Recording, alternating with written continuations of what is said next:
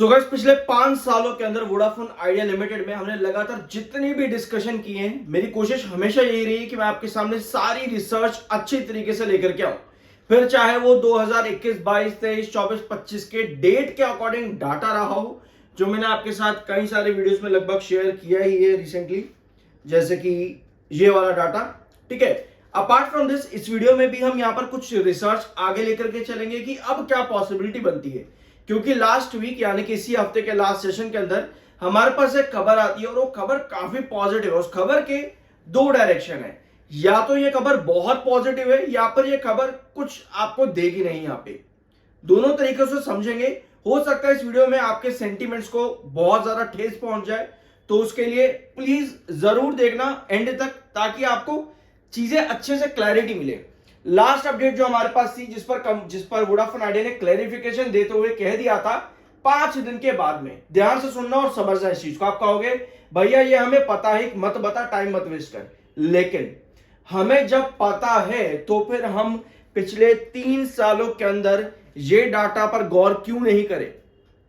जब हमें मालूम है 26 अगस्त की इस अपडेट के बारे में, तो हमें 2021 नवंबर, फरवरी 2023 से लेकर के अगस्त 2023, जनवरी 2024, फरवरी 2025 और मई 2025 और अगस्त का आखिरी हफ्ता 2025 का, तो हमको इतना कुछ पता होने के बावजूद भी हम क्यों गलती करते हैं। हम गलती इसलिए करते हैं क्योंकि हम बस ये सोचते हैं कि भैया इतने कम रेट पर मिल रहा है, फ्यूचर बहुत ब्राइट है। लेकिन फ्यूचर ब्राइट करने के लिए आपको कुछ चीजें चाहिए होती है, अभी उनको भी यहां पर डिस्कस करेंगे। तो 4 दिन बाद कंपनी जागी थी, 26 अगस्त को कंपनी ने क्लैरिफिकेशन दिया, सब बंटाधार हो गए और आप वापस आ गए 6 रुपए 60 पैसे पे।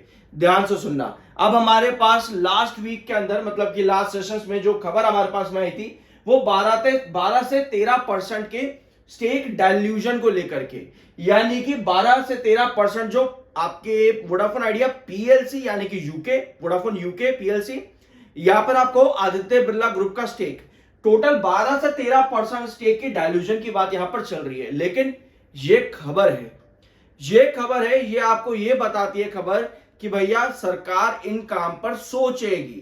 सरकार कुछ नए बायर लेकर के आएगी जो कि वोडाफोन आइडिया जो कि नुकसान में है उसको नुकसान से उठा सके, और जो कि वोडाफोन आइडिया के फाइनेंशियल्स के अंदर भी मदद कर सके, फंड रेज के अंदर भी मदद कर सके इस 12 से 13% के इक्विटी कन्वर्जन के बाद में। यानी कि अगर ये अभी खबर है, ऐसी बातचीत चल रही है मार्केट में सरकार से रिलेटेड, सरकार वोडाफोन आइडिया से इस तरीके से आगे चला सकते हैं वोडाफोन आइडिया के अंदर चीजें। तो ऐसे में ये अभी खबर है, तो खबर का पॉजिटिव इफेक्ट हमको लास्ट सेशन देखने को मिला और कुछ नया नहीं हुआ है। 6 रुपए 60 पैसे जो कि आप नवंबर 2024 से देख रहे हो, लास्ट सेशन भी आपका 6 रुपए 60 पैसे से 7.20 के पास अब आए हो। अभी चार्ट पे आएंगे। लेकिन अगर ये खबर जो है ये रियलिटी बन जाती है, तो 12 से 13% का इक्विटी कन्वर्जन की जो बातचीत अभी है मार्केट में वोडाफोन आइडिया के रिलेटेड, ये बन जाएगी आपके लिए पॉजिटिव न्यूज।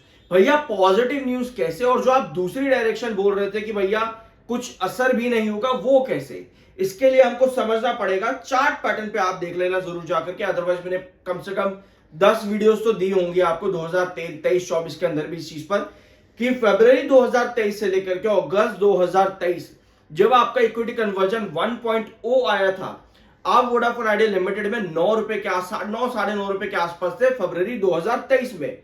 ध्यान से समझो इस चीज को। ठीक है, जैसे ही इक्विटी कन्वर्जन की खबर आती है फरवरी 2023 में, हम गिर जाते हैं 7 रुपए पे वोडाफोन आइडिया लिमिटेड के अंदर, और अगस्त में जाकर के 2023 के हम आते हैं 10 रुपए के प्राइस पर, जो कि फरवरी 2023 से लेकर के अगस्त 2023, यानी कितना टाइम फ्रेम हो गया, लगभग 6 महीने हो जाते हैं।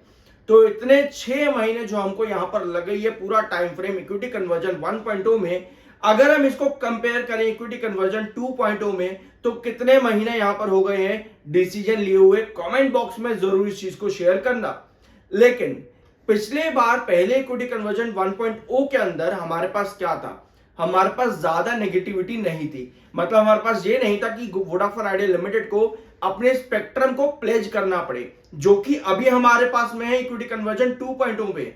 हमारे पास तब ये नहीं था कि वोडाफोन आइडिया को अपना स्टेक और डाइल्यूट करना पड़ेगा, या कुछ बहुत बड़ा फंड रेज करना पड़ेगा, जो कि अब हमारे पास में है वोडाफोन आइडिया लिमिटेड में। तब हमारे पास आरपीयू को लेकर के इतने कंसर्न्स नहीं थे, जो कि अब हमारे पास है 2.0 के टाइम फ्रेम में। तो ये सब चीजें हमें समझनी होंगी। मतलब हमारे पास क्या डाटा आता है इक्विटी कन्वर्जन 2.0 पे, अभी इक्विटी कन्वर्जन 3.0 पर भी आएंगे भैया, वो कैसे समझेंगे उसको। तो हमें कुछ ये चीजें चाहिए जो आप स्क्रीन पर देख रहे हो।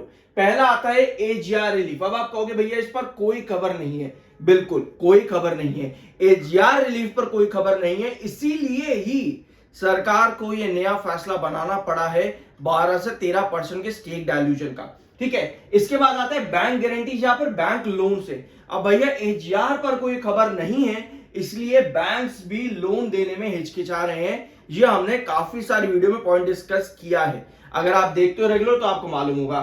तीसरा आता है फंड रेज, क्योंकि एजीआर पर रिलीफ नहीं है भैया, इसलिए फंड रेज जो कि बैंक के थ्रू होना है वो भी नहीं हो पा रहा है। तो मतलब सब चीजें अगर आप देखोगे एजीआर रिलीफ पर ही टिकी है, फंड रेज हो या फिर बैंक से लोन लेना हो।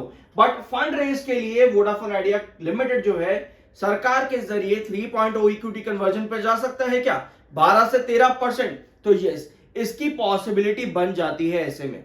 तो भैया अगर आप 12 से 13% 3.0 इक्विटी कन्वर्जन में जाते हो, मतलब कहीं ना कहीं आपके पास फंड्स भी आएगा और कंपनी में कुछ नए ऐसे लोग आ सकते हैं, ऐसा मैनेजमेंट नया पूरा बन सकता है। मिला जुला करके हम कहेंगे यहां पर, हम ये नहीं कह रहे कि वोडाफोन आइडिया किसी और के हाथों चला जाएगा, नहीं, ये कहना बहुत जल्दी होगी और बहुत बड़ी बेवकूफी भी होगी। तो ऐसे में हमारे पास जो पूरा डाटा आता है वो ये कहीं ना कहीं डिक्लेयर करता है या बताता है अभी के लिए किस खबर के अकॉर्डिंग इक्विटी कन्वर्जन 3.0 हो सकता है वोडाफोन आइडिया लिमिटेड में। अब हमें पता है इक्विटी कन्वर्जन 1 और 2 के अंदर हमारे पास क्या हुआ था, हमारे पास 10 रुपए का एक प्राइस आया था कि इस प्राइस के पास सरकार अपना इक्विटी जो है स्टेक जो है वोडाफोन आइडिया लिमिटेड में उठाएगी। लेकिन पहले इक्विटी कन्वर्जन में हमें लगे 6 महीने 10 रुपए आने में, दूसरे इक्विटी कन्वर्जन में अभी तक हमारे पास 10 रुपए का प्राइस नहीं आया है। तो अगर अब 12 से 13% न्यू बायर आते हैं वोडाफोन आइडिया लिमिटेड में, तो वो प्राइस कौन सा रहेगा वोडाफोन आइडिया में ये स्टेक उठाने के लिए, ये भी एक बड़ा सवाल था। लेकिन इस पर आप लोगों के काफी कमेंट आते हैं कि भैया 10 रुपए ही रहेगा, उसके नीचे तो मतलब ही नहीं बनता। उसके लिए आप काफी सारे पॉइंट्स भी अपने रखते हो, बिल्कुल मैं उससे एग्री भी करता हूं। 10 रुपए रहता है तो अच्छी बात है, या उसके ऊपर रहता है तो और भी अच्छी बात है। तो ऐसे में हमारे पास एक रेंज बन जाती है कि एटलीस्ट ये प्राइस बहुत इनएविटेबल है वोडाफोन आइडिया लिमिटेड के लिए टूटना। एटलीस्ट पिछली बार 6 महीने में आया था, तो आने वाले फ्यूचर में शायद 10 महीने या 11-12 महीने जो भी टाइम फ्रेम लग सकता है वो आता देखने को मिले। लेकिन अब ये इक्विटी कन्वर्जन 3.0 हो गया है, ये पॉजिटिव डायरेक्शन के अंदर हम इस चीज को ले रहे हैं। ठीक है, पॉजिटिव डायरेक्शन के अंदर हमारे पास और क्या चीजें हैं, इक्विटी कन्वर्जन हमारा हो जाता है, व्हाट प्राइस मतलब किस प्राइस के पास आता है वो भी हो जाता है। अब हमें चाहिए कंफर्मेशन ऑफ न्यूज, जो कि 26 अगस्त को कंपनी ने डिनाई कर दिया था। कंपनी ने इसके पहले भी कई बार डिनाई करा, जैसा मैंने वीडियो की शुरुआत में आपको स्क्रीन पर दिखाई दिया। इस तरह से 1 बार 2 बार 3 बार 4 बार 5 बार, ठीक है। तो छठी बार कंपनी ने यहां पर डिनाई कर दिया। तो हम चाहते हैं कि वोडाफोन आइडिया लिमिटेड इस न्यूज को कंफर्म कर दे एक बार, तो ये भी पॉजिटिव हो जाता है। अब इस पॉजिटिविटी के साथ में हम आते हैं चार्ट पे, लेकिन उससे पहले मैं आपके साथ एक कमेंट शेयर करना चाहता हूं। ये मैंने मनी कंट्रोल से उठाया कमेंट। अब यहां देखो, ET and other reputed media houses are not fools to write positive news about AGR and strategic investors. अरे मेरे भाई, इस कमेंट को अगर आप पढ़ोगे ना, इतना मैन्युपुलेटेड कमेंट है ये, और ये नीचे वाला भी 25+ anyway. Vodafone Idea price is not based on subscriber loss, which is in any way almost negligible. Its price depends on new investors, money that would be pumped in. इस चीज से मैं एग्री करता हूं कि नए इन्वेस्टर्स, मतलब कि नए जैसे कि आपका GQG आया था 2024 अप्रैल के महीने में, उनको आप कह सकते हो नया इन्वेस्टर। लेकिन वो नए इन्वेस्टर कितना टिकते हैं वोडाफोन आइडिया लिमिटेड में, वो ज्यादा डिपेंड करता है कि वोडाफोन आइडिया कितना रन कर सकता है। पिछली बार आप 19-18 से डंप कर गए थे क्योंकि GQG पूरा एग्जिट कर गया था धीरे धीरे करके। तो अगर आपके नए इन्वेस्टर्स आते भी हैं तो वो कितना टिकते हैं, ये बहुत ज्यादा जरूरी है वोडाफोन आइडिया लिमिटेड में। Apart from that definitely money pumped भी करेगी वोडाफोन आइडिया लिमिटेड को, बट उसके लिए फंड रेज आना बहुत ज्यादा जरूरी है, और इसी के लिए हमने अभी पूरा वीडियो के अंदर बातचीत भी किया है।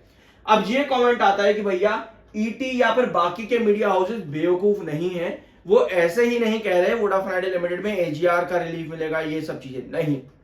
ध्यान से समझो, कोई भी चीज चाहे मार्केट हो या कुछ भी हो, आप या फिर कोई भी उस पर तब तक वैलिड न्यूज या फिर कुछ भी आर्टिकल छापता है जब तक उसकी जरूरत मार्केट के अंदर लोगों को होती रहती है।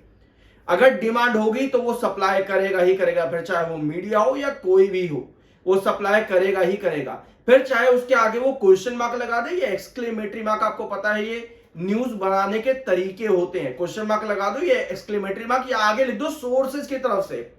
और यही कुछ था अभी जब एजीआर के रिलीफ की बात आई थी 26 अगस्त के टाइम फ्रेम पे।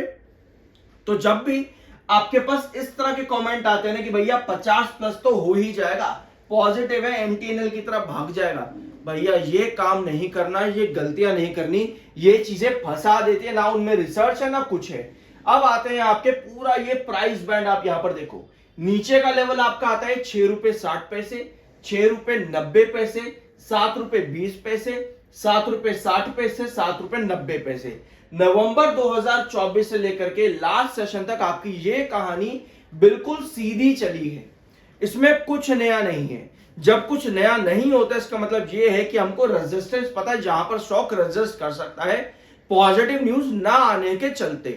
ठीक है, अब हमारे पास पॉजिटिव न्यूज जब भी आ रही है वोडाफोन आइडिया 660 पर आता है, 660 पर आती है आपके पास पॉजिटिव न्यूज आ जाती है। फिर चाहे हम मई का टाइम फ्रेम देखो, जैसे ये रहा आपका मई 2025, आप 660 पर आए, 2 बार आपके पास पॉजिटिव न्यूज आई, आप पंप कर गए। ठीक है, फिर आता है आपका फरवरी 2025, फरवरी 2025 में भी आप यहां पर पॉजिटिव आए तो आपके पास वापस से तेजी बनी। आप चाहे अगस्त 2025 में और 660 पे, वहां पर आपको पंप मिला, फिर आप अगस्त 2025 के आखिर में फिर आपको पंप मिला और सितंबर के फर्स्ट वीक में भी आपको फिर से पंप मिला 660 से। यानी कि 660 पर बार बार खबर आ रही है और उसको डिक्लाइन किया जा रहा है 690 और 720 पर। खबर जो 660 पर आ रही है उसको डिक्लाइन किया जा रहा है 690 और 720 पर। यहां पे यहां आती है आपकी खबर को डिक्लाइन किया जा रहा है, तो आपको रेजिस्टेंस मार्क हो गया यहां पे। अब लास्ट सेशन हम 660 से वापस रिकवर हुए हैं, 720 हमने ब्रेकआउट किया है, हमने वहां सस्टेन किया है। हमें चाहिए कि इस खबर को तोड़ा ना जाए, मतलब इस खबर पर डेवलपमेंट फर्दर बनती चली जाए और पॉजिटिव डायरेक्शन में, ताकि जो 720 आपका 690 से 720 के बीच का जो आपका कंसोलिडेशन जोन में 720 रेजिस्टेंस है वो बने आपका सपोर्ट, और उसके बाद आप 760 पर आ सको। तो ये कुछ चीजें हैं, 760 अगर ब्रेक करता है, आपके पास पॉजिटिव डेवलपमेंट इस खबर पर आती रहती है, तो आप आते हो 790। लेकिन फिर वही चीज जो 26 अगस्त को हुआ था, अगर ये न्यूज भी डिक्लाइन हो जाती है या कोई पॉजिटिव डेवलपमेंट नहीं बनती है, तो आप फिर से 760 या फिर 720 से आ जाते हो 660 पे। तो ये पूरी कहानी है वोडाफोन आइडिया लिमिटेड की, जिसमें समझदारी से काम करना बहुत जरूरी है। अगर आप इसी तरह से चीजें देखोगे कि भैया ये खबर तो बहुत बढ़िया 50-25+ तबाही, ऐसी चीजें हमेशा हमें मैनिपुलेट करती हैं और इन चीजों में कभी नहीं फंसना चाहिए। बाकी देखो आपका अपना ओपिनियन है, बाय या सेल की कोई रिकमेंडेशन नहीं है। मिलता अगले वीडियो में।